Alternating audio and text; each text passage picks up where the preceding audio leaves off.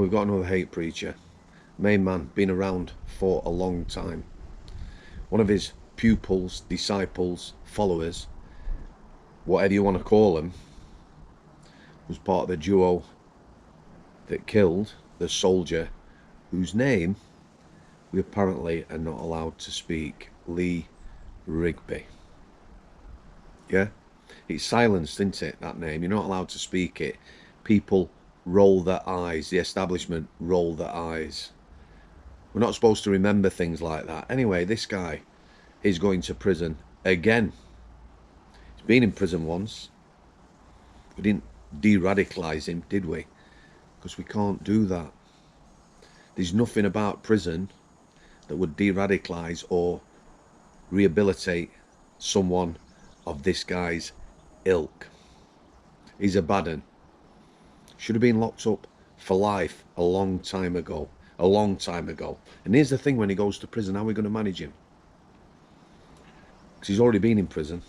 He's going to be isolated from the rest of the prison population, because he needs to be. You see, we've got a problem in our prisons.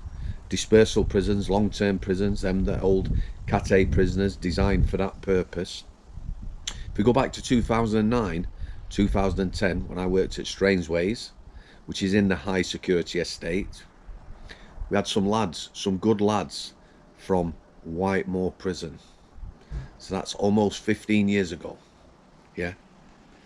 I like the lads. They had a problem in Whitemore then with specific prison gangs. That's culture and religion. Gangs of culture and religion. A nightmare. Absolute nightmare for prison officers. Now, probably 50 times worse. Now, there's plenty of human rights lawyers who'll be defending this guy, making sure he gets fair treatment in prison. Quite definitely, this guy needs locking up and isolating. Send him somewhere like, wait for it, Guantanamo Bay, or however you say it. You know what I'm saying? He needs to be kept separate. You see, these people who are really radicalised and cause the problems, they're not separated. We had a lad on the lifers wing at Strangeways. 14 years he got for acts of terror. He was bitter. Do you think as his sentence played out, he got less so? More so. More anti-establishment. More importantly, anti-British, you and me, and our culture. It's not me making it up, that's how it is. We had a lad come for a period of time to the healthcare, the hospital wing at Strangeways where I worked, who'd been influenced by this guy, a young Manchester lad. He was on a mission to convert everyone. Me, the nursing staff on the healthcare, and every prisoner. He got assaulted quite badly. Under investigation, the lad who come clean said, I was sick of him going on Mr. S about religion, faith.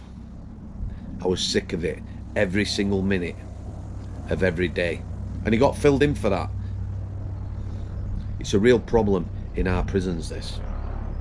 And then there's the GP. Just Google it. GP banned from practicing. How rude of the police helicopter.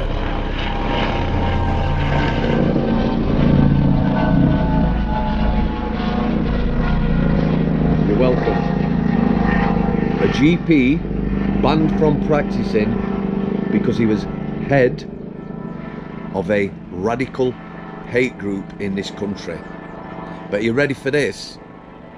He's now being allowed to practice again, because we are soft on these people, aren't we?